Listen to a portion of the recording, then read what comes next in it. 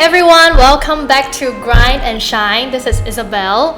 Today we're very happy because we have a very seasoned professional and an industry leader for the podcast. He is a coffee shop owner, he is a roastery owner, and he is the founder of a Roasters Forum. He is Aslam, the founder of the Community Coffee and Singapore Roasters Forum. Yeah. Welcome, Aslam. Thank you. Thanks for having me. It's Welcome, my pleasure to be here. Yeah. So Aslam, can you briefly introduce yourself and let us know a bit who you are? So, as Isabel mentioned, as you mentioned, my name is Aslam. I have been working in coffee and hospitality since 2005. Mm-hmm. So coming up to a nice around 2 decades of it. Yeah. And for the last 6 years plus, been running the Community Coffee, which is we've grown from a small outfit in Far East Plaza to what we are now. We have 6 different coffee bars, and in my whatever little time I have left, I also we run like a biannual Singapore Roasters Forum, which is dedicated to providing an open learning platform for local roasters, and hopefully, anyone who's interested in coffee. Yeah. Nice, amazing. Thank you so much. You're welcome. The community is a coffee bar and also a roastery. How does the name community come from? Well, initially the idea was really simple.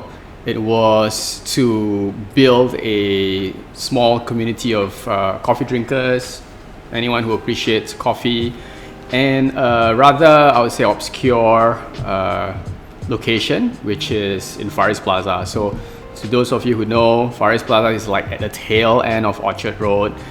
You would have to specifically walk there to do whatever you want to do.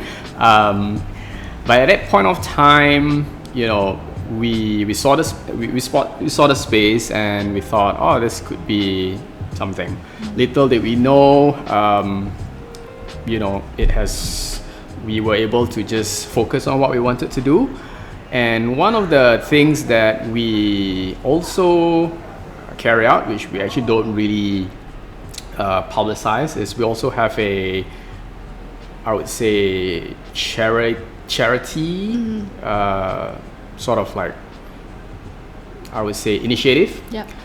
Since day one, once a month we donate a portion of our proceeds to charity. So as much as possible, we as a brand, we want to be able to help the community, uplift the community in every sense of the word. So, but the root of it, again, is just to connect people, the community, through a good cup of coffee. Yeah. Yeah. Okay. That's very interesting. Thank you, Aslam, for the explanation. Can you let us know, okay, we understand how a coffee bar works, right? Serving coffee. Yeah. But maybe most of us are not familiar with the term roastery or what a roastery does. So can you explain a bit more? I think in the traditional sense, a roastery is a business that buys green coffee, roasts it, and sells it to coffee shops, restaurants, whatsoever. Over the years, I think we've seen a lot of interest in picking up roasting amongst cafe owners, business owners, baristas, and that has evolved to actually, coffee shops taking over that responsibility, taking over that initiative to have their own coffee as opposed to just buying wholesale from a coffee roaster. So what we do is we don't exactly wholesale. We actually work with quality-focused businesses who want to be able to have better control over their coffee, and using our resources, experience, space, we help them achieve that. Yeah, so that's one of the things that we do as a roastery. So I think in the industry or outside the industry, the community is a very well-known brand. You have 6 outlets in Singapore in total, and that's a very successful business. What inspired you to set up the community in the first place? Was there a light bulb moment? Oh, I'm gonna do this. I think at the end of the day, every business owner wishes to express themselves, in whichever way they feel the market is lacking. I think this is primarily one of the reasons why baristas, roasters step away from, safe employment and try out something crazy like starting a business. And for us, it was a lot about, again, expressing our preference for a particular style of coffee, a particular style of service, which we wanted to share with anyone who would walk through our doors. And in these 6 years, we've seen all sorts of people walking through our doors. And I would like to think that we have done our best in leaving an impression on what coffee could be, what hospitality should be as well. Yeah. And I think you are actually doing that. Thank you. As a customer. Thank you. And how would you describe the regulars coming into the shops? I think what's really interesting from Far East Plaza, to those who again don't know, Far East Plaza is really an eclectic mix of vintage shops, hairdressing, nail salons, watch shops. So we get all sorts of people. But what we've generally found is it mostly starts as a destination where people want to take a break, right? Maybe from office or from their shopping, and they found the space. So I think for us, we simply want to focus on giving them what they need and supplementing that with a great cup of coffee. Yeah, so I think it's as simple as that. And throughout the years, what we've also found is that we did not want to have a cookie cutter model. Again, inspired by some of the places in Copenhagen and Oslo, successful businesses, they have the same sort of vibe and feel in their shops, but every shop is unique. And that is sort of like the inspiration between, that is the sort of inspiration that we have for our shops, that we may have regular customers who prefer Far East Plaza over Upper Cross, and each shop just, brings in a different sort of demographic. Yeah. Yeah. I think one example in the Scandinavian area is Coffee Collective. Yes. They have multiple shops, but when you walk in, it's a different vibe. Yeah, it's a different vibe. Different product. Like they're constantly experimenting. Exactly. So that's kind of that's we're really inspired by Coffee Collective. For me, they're like one of the most premier coffee brand in the world. And it goes to show that when you do things with the right intent and honesty and obviously care for quality and hospitality, things will hopefully pan out for you. Yeah. So the first outlet of the community was set up 7-8 years ago. Yeah. What were the early challenges you had building the business? Very obviously, there was a lack of understanding why such a place would exist in Far East Plaza. Just in that mall itself, we had like maybe 3 to 4 local coffees or kopis, right, that serve the traditional local fare, kaya toast or boiled eggs. And here we are trying to do, back then it was, the lattes was $4, which is still cheap, but 3 times, 4 times more expensive than what the local. So I think for us, just the challenge is just remaining patient and also building actually a community amongst the coffee roasters, the cafe owners, to kind of like tell them that, oh, we're here now. There's a space in Orchard Road if you need. Yeah. And we were probably one of the very, very early specialty coffee places in Orchard Road, Yeah. if I could remember correctly. Yeah. Do you remember an incident in the early days that maybe hit you the most? Like, or you feel disheartened that this happened, and how did you cope with it? I'm generally a positive and pragmatic person, so I don't usually get disheartened. And I believe that for every situation or problem, there's always a myriad of solutions.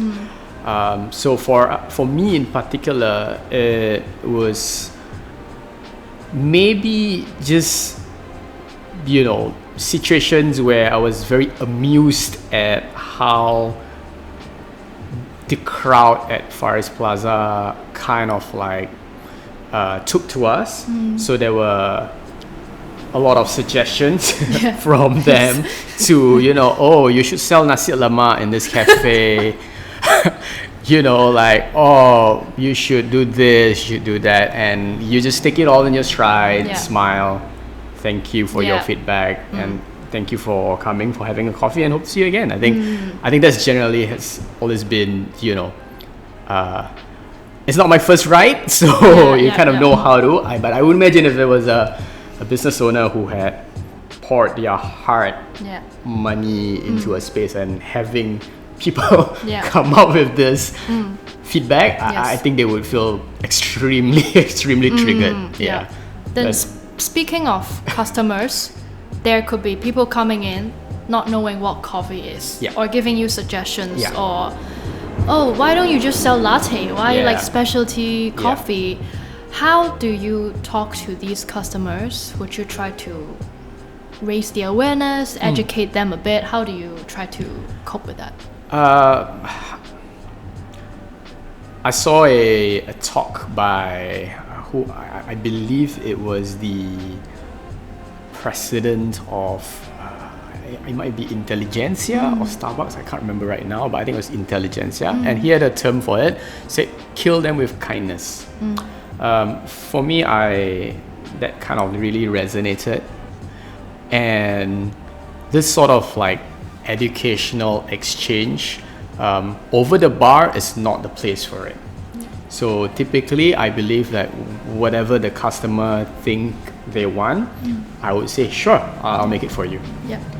Serve them the coffee and follow up from there. And that gives me the opportunity to have a proper space and time to find out a little bit more. Yes. But over the counter is never the place for education. Yeah.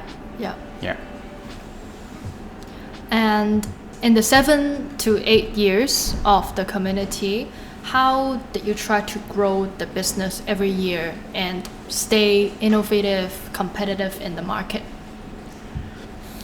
I think with business, a lot of it really boils down to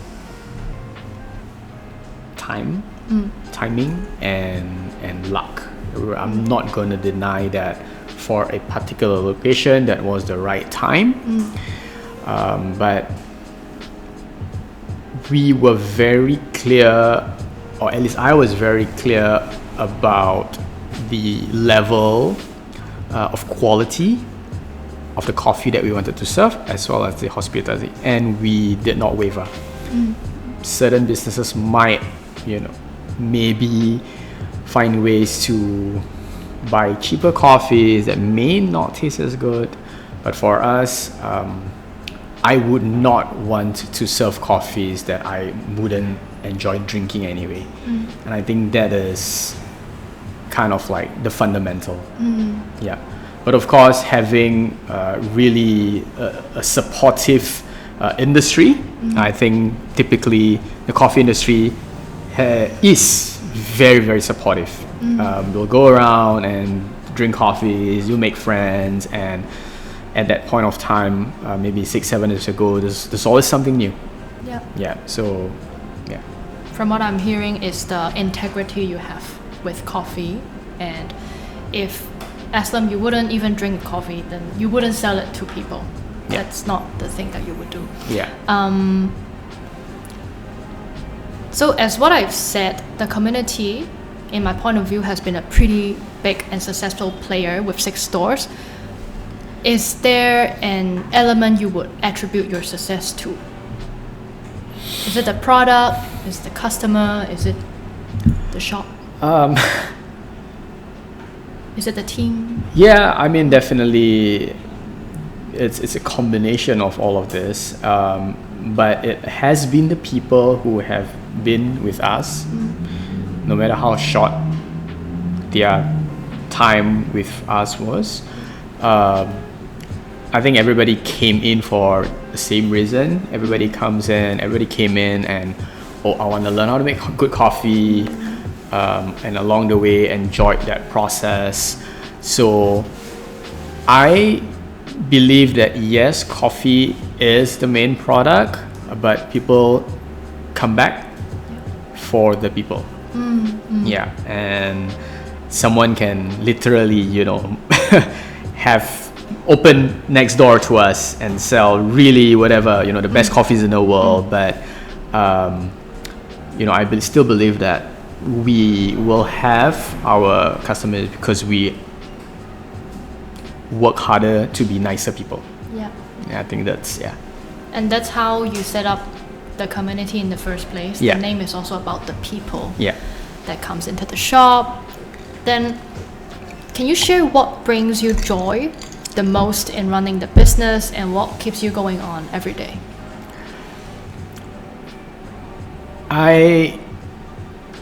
Without repeating myself too much, it's a lot to do with the team.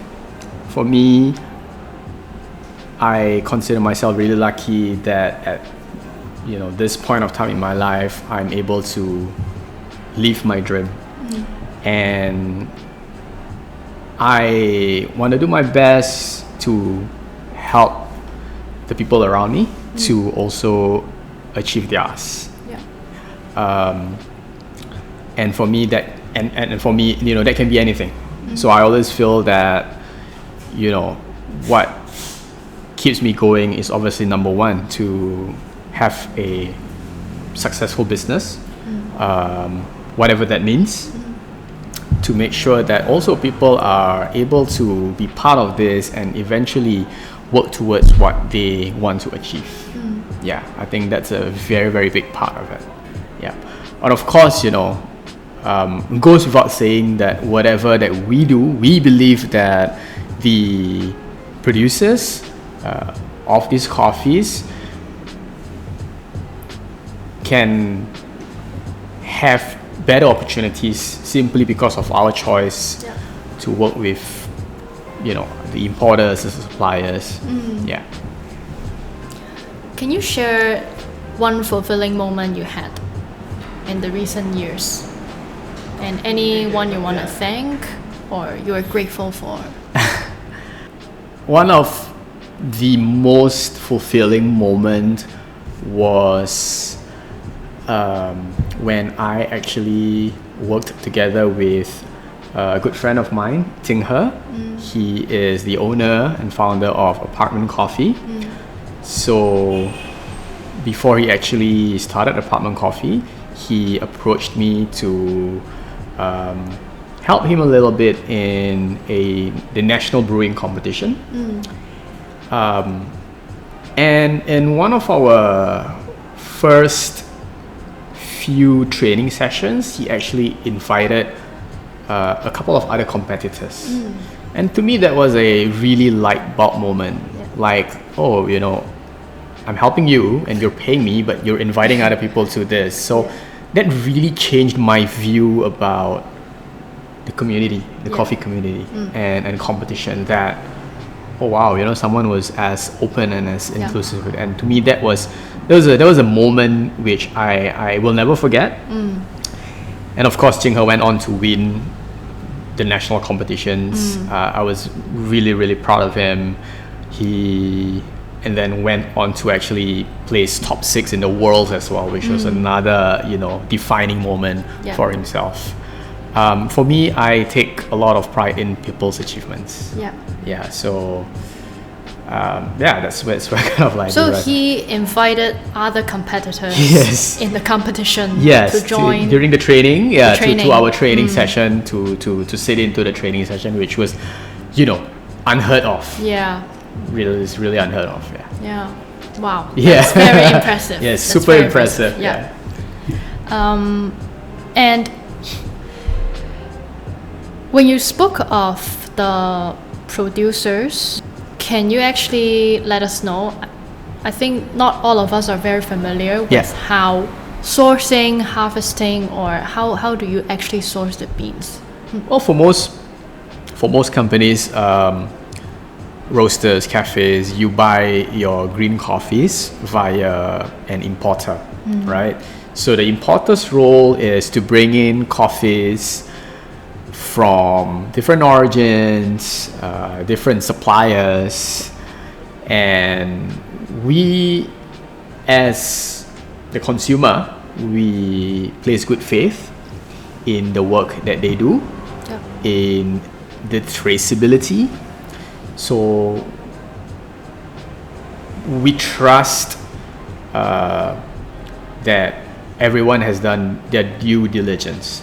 So one of the importers that we work very, I would say, heavily with is Nordic Approach. So they're a company based in Oslo, and they are, I would say, again, leaders in specialty coffee in the world when it comes to green sourcing and traceability. Yeah. So for us, that's a very big part of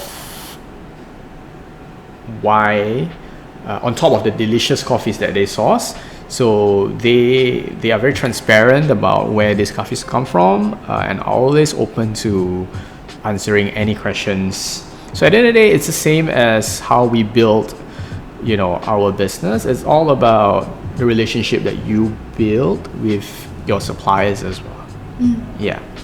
And of course, after a couple of years, when we have, a decent sized volume, it kind of like spurs us to look also how we can work directly with farmers.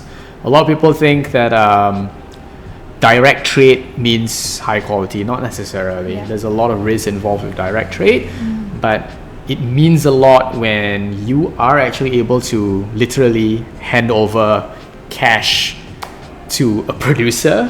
He sends over coffees to you and it tastes amazing. Yeah. So but otherwise, you have to trust the people that you work with. Yeah.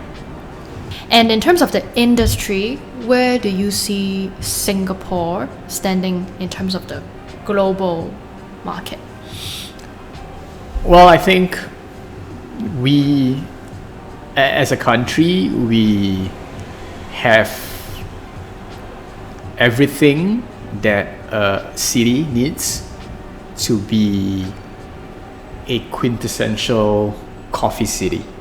We have great logistics, right? So that means that we can get coffees from anywhere. We have people, we have customer, large demographic of people who have spending power, because look at how many chains are in Singapore. They can't be wrong, right?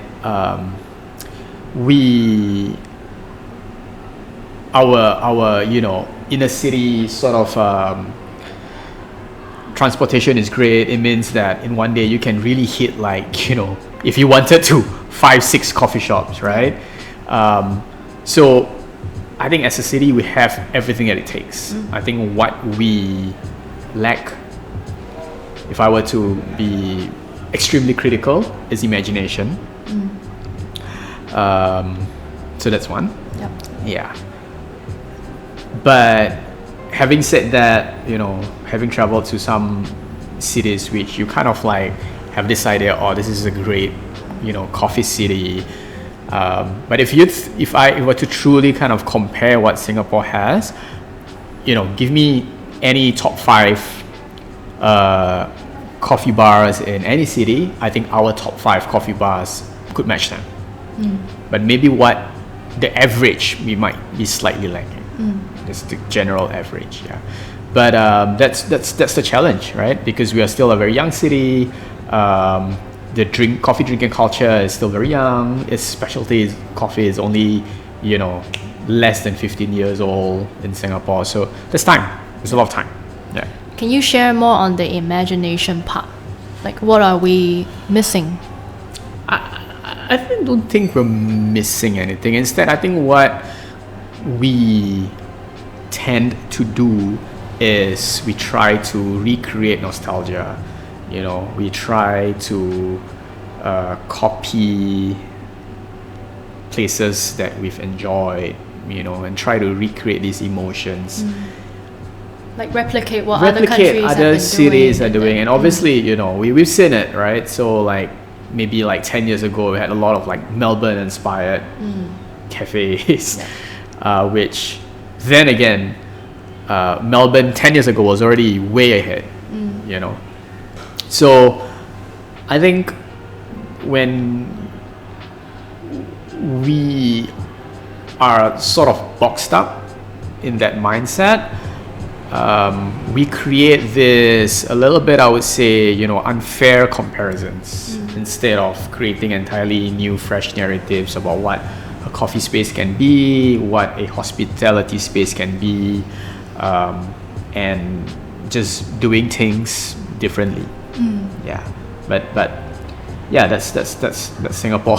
Yeah. That's very interesting, because 10 years ago we might understand why we're replicating, because everything is very new. Yeah. Then if Australia, if Scandinavia have done it successfully, like we can replicate the same model, same food, same coffee. Yeah. But now 10 years later, we have the resources, we are a port, right? We can import beans very easily. We have the purchasing power. There can be a lot to be done. So very interesting. Moving forward, where do you see the industry heading to in the next 5 years? Or what do you want to see more? Is it the imagination, creativity in Singapore? Yeah, I think over the last 5 years, to be honest, it's been quite a bit of a fresh breath of air, that we are seeing more owner-operated small businesses who do things in their own quirky ways. So that's been great. Also, I've seen a lot of like coffee importers or even exporters direct from origin setting up, their regional offices here. That means that people are again recognizing Singapore as an important city for coffee. So that's been excellent.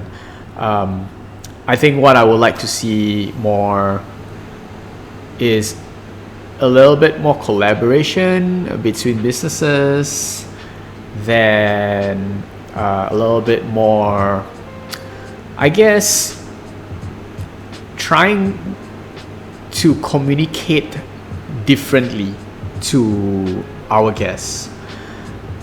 If today, or let's just say 10 years ago, when you went to a shop and it says latte, cappuccino, flat white. Now in 2024, you go to a shop, most of the time you see white. White, right? Yeah, so just white. Yes, of course, sometimes customers take time to adjust. Yeah. But collectively, as an industry, if we get to decide how we want customers to perceive our beverages, our experience. So that is a living example of the industry working together to decide something, to dictate something. So the question is, we always complain, customers don't get it. But why? So let's work together and decide what do we want our customers to, and then collectively, just do it. So how to communicate the product to the customers, be it the menu, be it the communication style. It's 2024. This is post-pandemic, which actually really drove a lot of like home brewing businesses up. but we still have people coming, oh, what's a V60? So as an industry, we're not doing this effectively. We need to be better at communicating what we do. Yeah. Yeah. And advice for younger people or anyone who wants to learn about coffee, learn about origins, harvesting, sourcing, roasting, where can they get the resources, or what is the first step they should take? The first step they should take is ask. Ask anyone. Having said that, ask as many people as possible, right? And secondly, drink more coffee. That's the only way to, number one, expose yourself to more coffees, more origins, more styles of roasting, more styles of extraction. I'm not kidding. Like again, in 2014, 2015, every single coffee that I drank, I would write it down. Like, where is this from? And if the information wasn't available, I would ask, I would Google, right? How does it taste like? Yeah, exactly. Just think. This when it comes to tasting, there's no wrong and there's no right. But usually when there is a difference of opinion, I would always ask, where do you sense this? What does it remind you of? Why am I not tasting it? And I always, kind of like try to find that balance.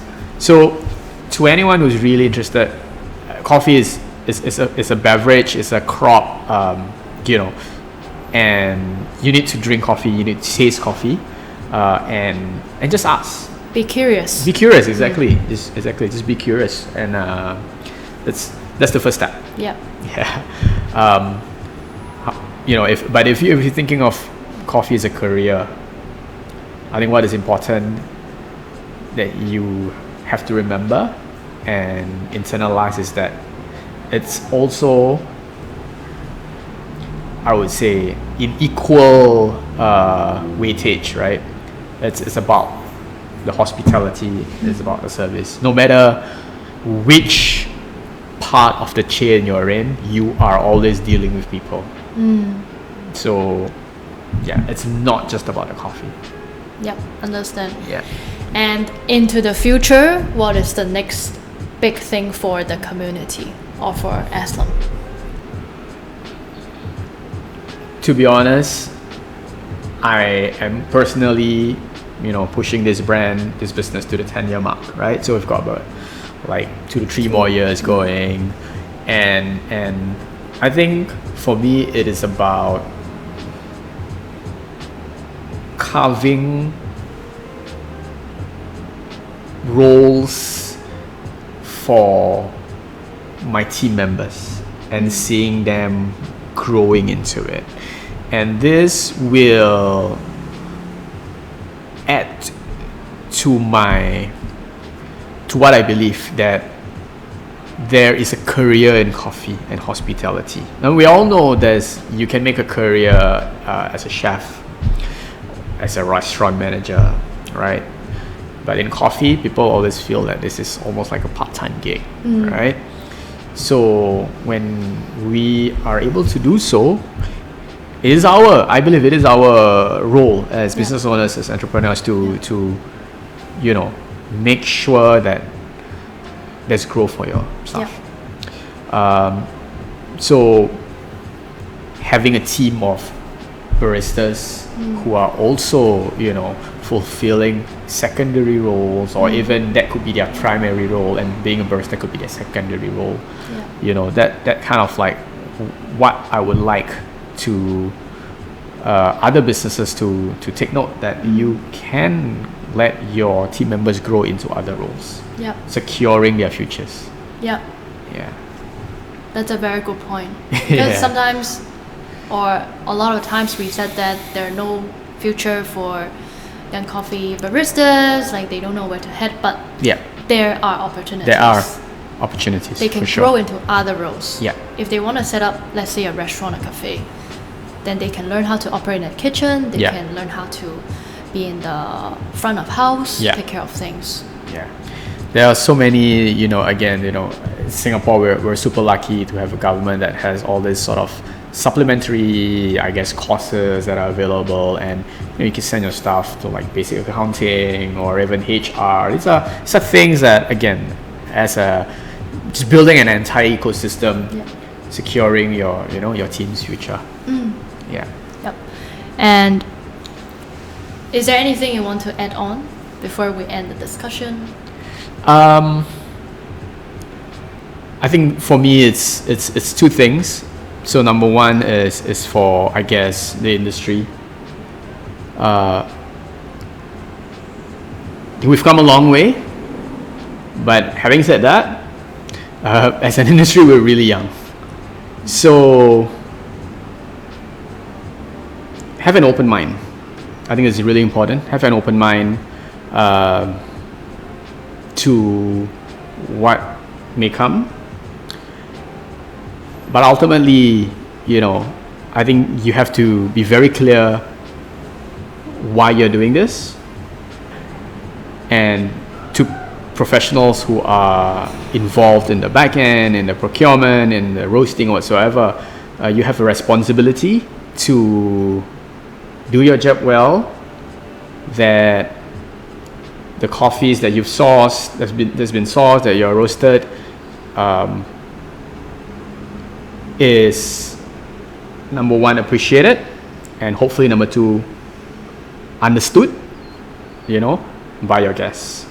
If at the end of the day, your guests don't understand or don't care, this means that there's an opportunity.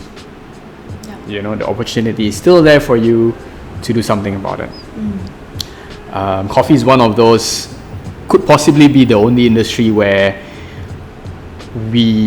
what we do, and when we chase for quality, when we talk about chasing quality, you are actually helping someone from, a country or situation that might not necessarily be as fortunate as you. And we have the power to do that. So that's for the industry. Now I guess for consumers, similarly, just be open-minded.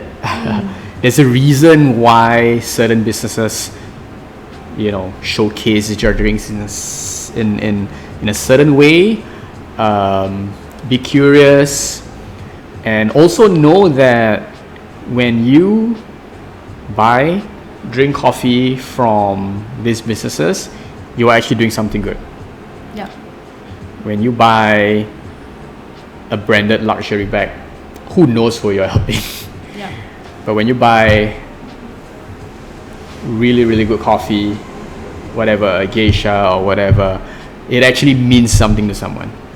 So that's the good thing that you're doing for the day. Yeah. Okay.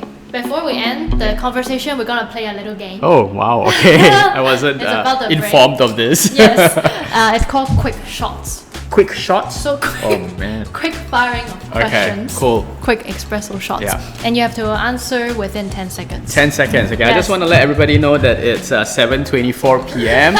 So I might not be super lucid. It's been a long day, but sure. Yeah, let's try it. Let's try it. Yeah. Okay.